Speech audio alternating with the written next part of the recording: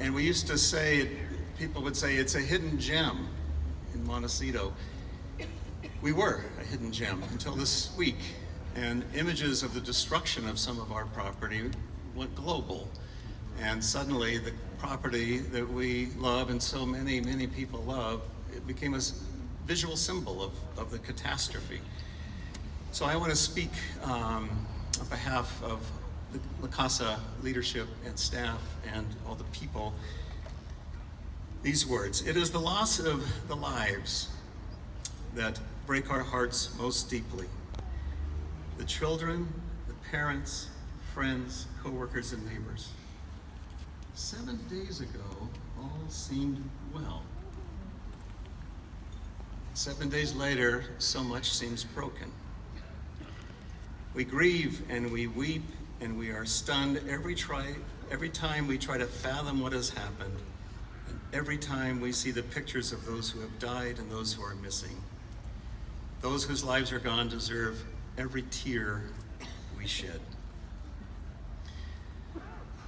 La Casa is a place of beautiful natural beauty here in Santa Barbara, but it is also a place that is acquainted with grief. Many guests come because they're grieving, or they've lost something in their life, or a loved one, or it's an anniversary of a loss. They're at a crossroads.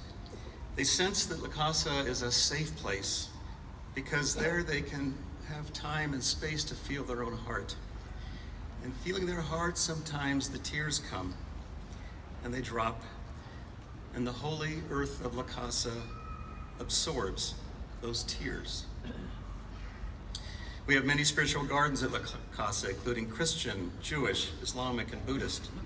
Each tradition acknowledges the reality of suffering and tragedy, as well as healing and hope and the power of community.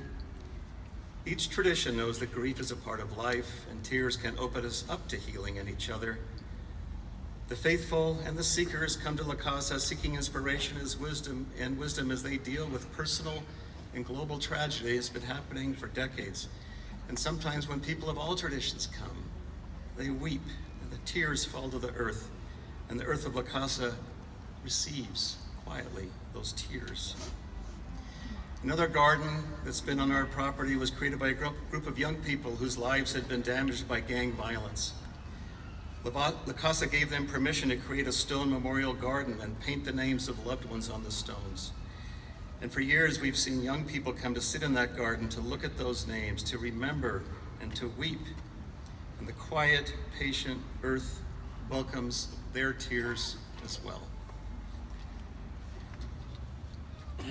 As I stand here with everybody today, we know some of our property is going to be okay and some of it is forever gone. We don't know which gardens are left and which are standing.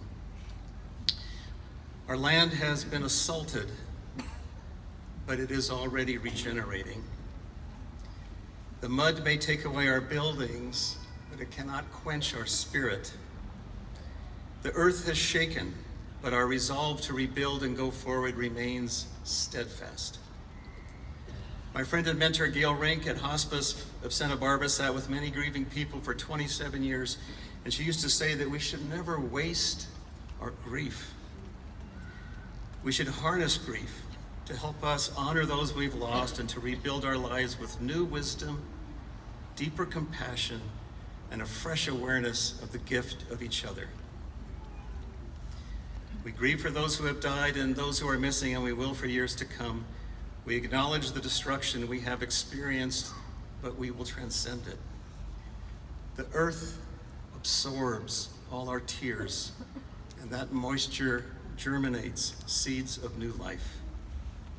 That process has already begun in the land and in us.